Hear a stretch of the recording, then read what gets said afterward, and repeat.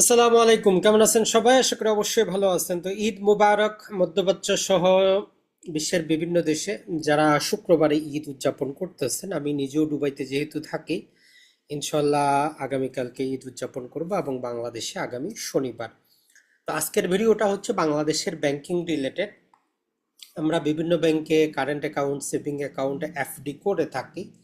পাশাপাশি আমরা ব্যাংকের শেয়ারগুলোও শেয়ার বাজারে ক্রয় করে থাকি।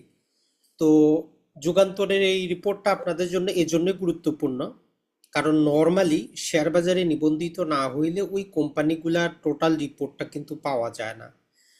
তো বাংলাদেশে ঋণ খেলাপি কিন্তু চরম আকার ধারণ করেছে। নতুন গভর্নর 2% ডাউন পেমেন্ট দিয়ে রিশিডিউল করার কারণে কিছু ব্যাংকের ঋণ খেলাপি কিন্তু কমেছে, কিন্তু এটা প্রকৃত চিত্র না।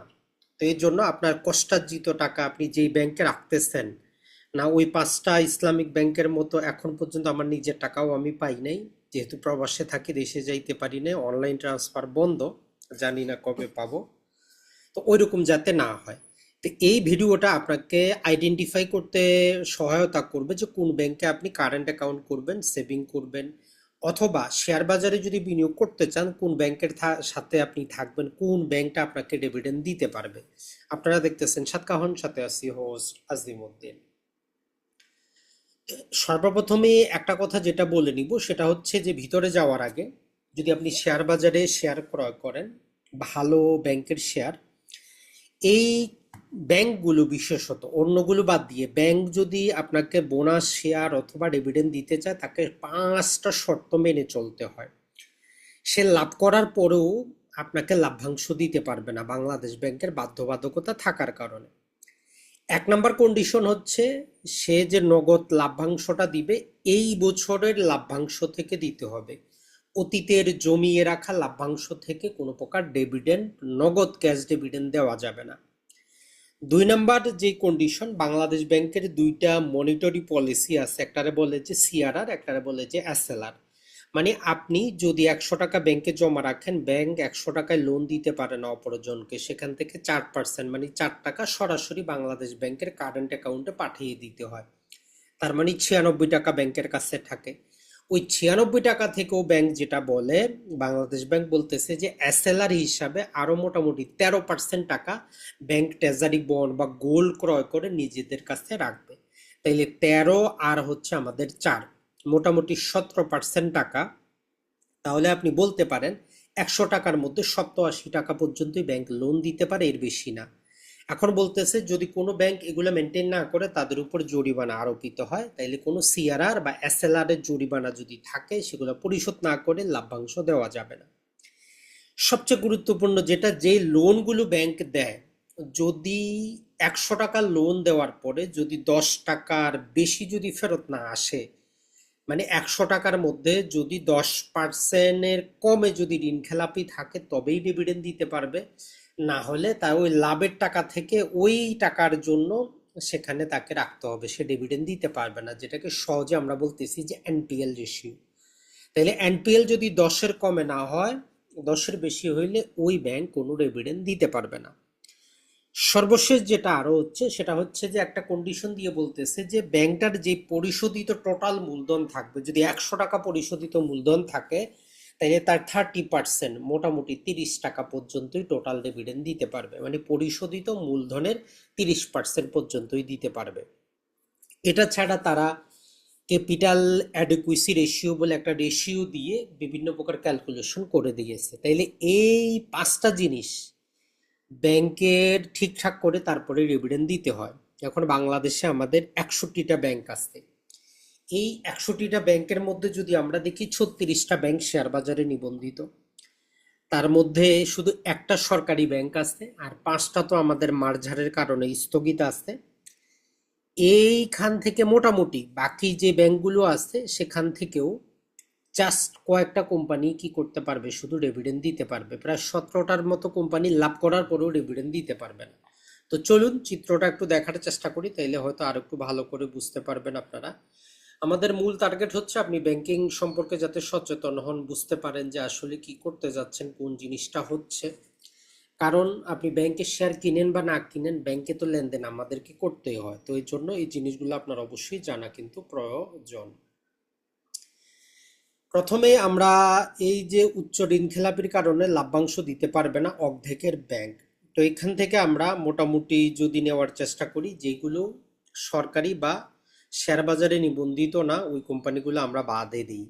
তারপরও এই যে জনতা, বেসিক, বিডিএল, কৃষি, রূপালী, অগ্রণী, রাকাব, সোনালী, প্রবাসী, national bank of Pakistan, union, first security, global, পর্দা, আইসিবি, এসবিএল, বাংলাদেশ কমার্স এবং এক্সিম, এই ব্যাংকগুলোর থেকে আপনি অ্যাকাউন্ট করবেন না, না সেভিং না কারেন্ট, দূরে থাকবেন। আর শেয়ার বাজারে যে নিবন্ধিত যেই জিনিসগুলার আপনি এগুলোর শেয়ার আপাতত কিনবেন না যদি ডিভিডেন্ডের আশা করেন।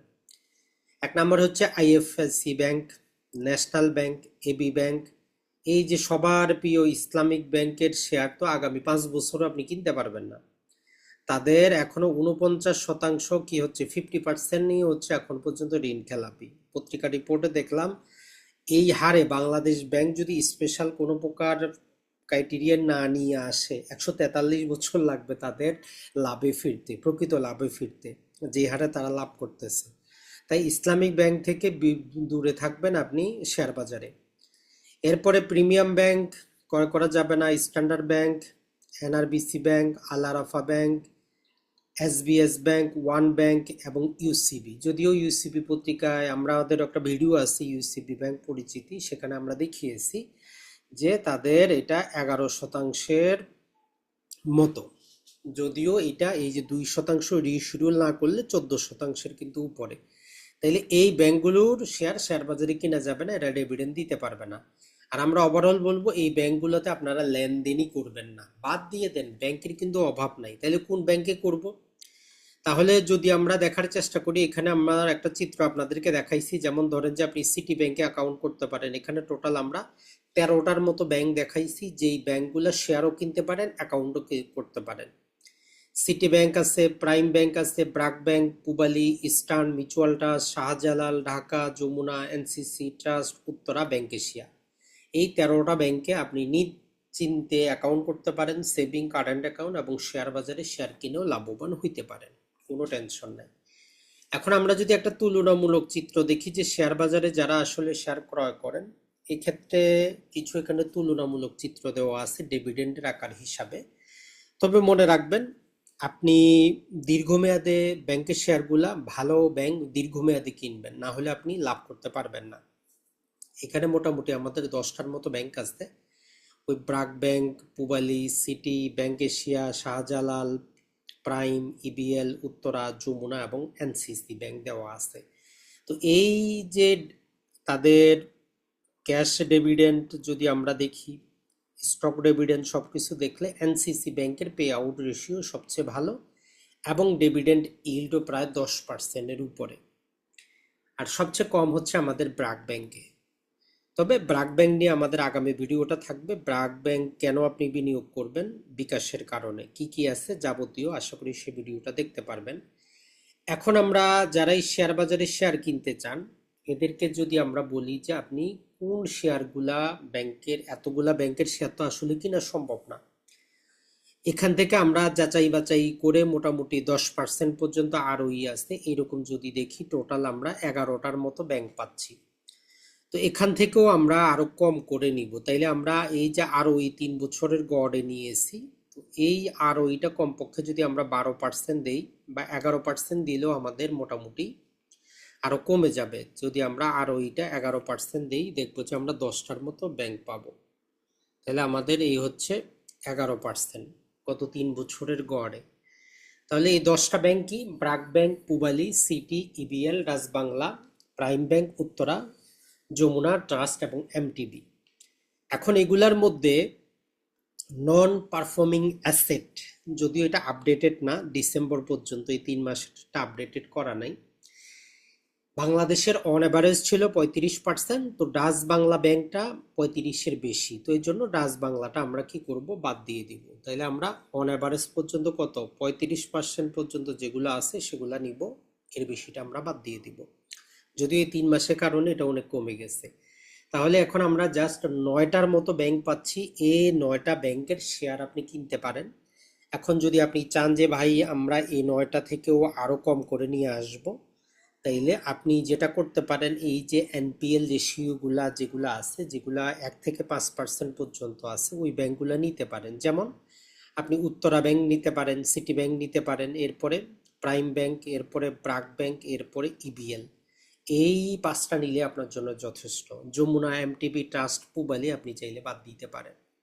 তো আশা করি আপনারা বুঝতে পারছেন। অথবা আপনি এখান থেকে যেটা করতে পারবেন সেটা হচ্ছে যে আরো ওই রেশিওটাকে 12 করে দেন, যে গড়ে 12% দেয় এরকম ব্যাংকগুলো আমি চাই। তাহলে দেখবেন যে আরো কমে গেছে, 7টাতে চলে আসছে। আর এই যে নন পারফর্মিং অ্যাসেটটা যদি আমরা আরো কমিয়ে দেই, এটা যদি আমরা মাত্র 15%-এর মধ্যে নিয়ে আসি বা 12%-এর মধ্যে নিয়ে আসি, দেখি আমরা কয়টা আরো কম পাবো ব্যাংক। তাই এই 3টা ব্যাংক মাত্র পাচ্ছি। তাহলে city bank, prime bank, Uttara bank, এই 3টাতে আপনি বিনিয়োগ করতে পারেন। তো আশা করি যারা এই ব্যাংকের শেয়ারে বিনিয়োগ করতে চান, মনে রাখবেন ব্যাংকের শেয়ারগুলো ক্যাপিটাল বাড়ানোর জন্য প্রতিবারই স্টক ডিভিডেন্ড দিয়ে থাকে। তো এই জন্য আপনি যদি 1 লক্ষ টাকা যদি ওই যে সেভিং অ্যাকাউন্ট বা এফডি না করে অবস্থান মতো ভালো ব্যাংকগুলার 1 লক্ষ টাকা শেয়ার কিনে আপনি ঘুমায় থাকেন, 20 বছর পরে দেখবেন যেটা অটোমেটিক প্রায় আপনার অনেক টাকা হয়ে গেছে, যেটা আমরা ক্যালকুলেশনে কিন্তু দেখিয়েছি। তো ভালো থাকবেন, সুস্থ থাকবেন। ঈদ মোবারক। আগামী পর্বে দেখা হচ্ছে ব্র্যাক ব্যাংক এবং বিকাশ নিয়ে, যে বিকাশের ভবিষ্যৎটা কি।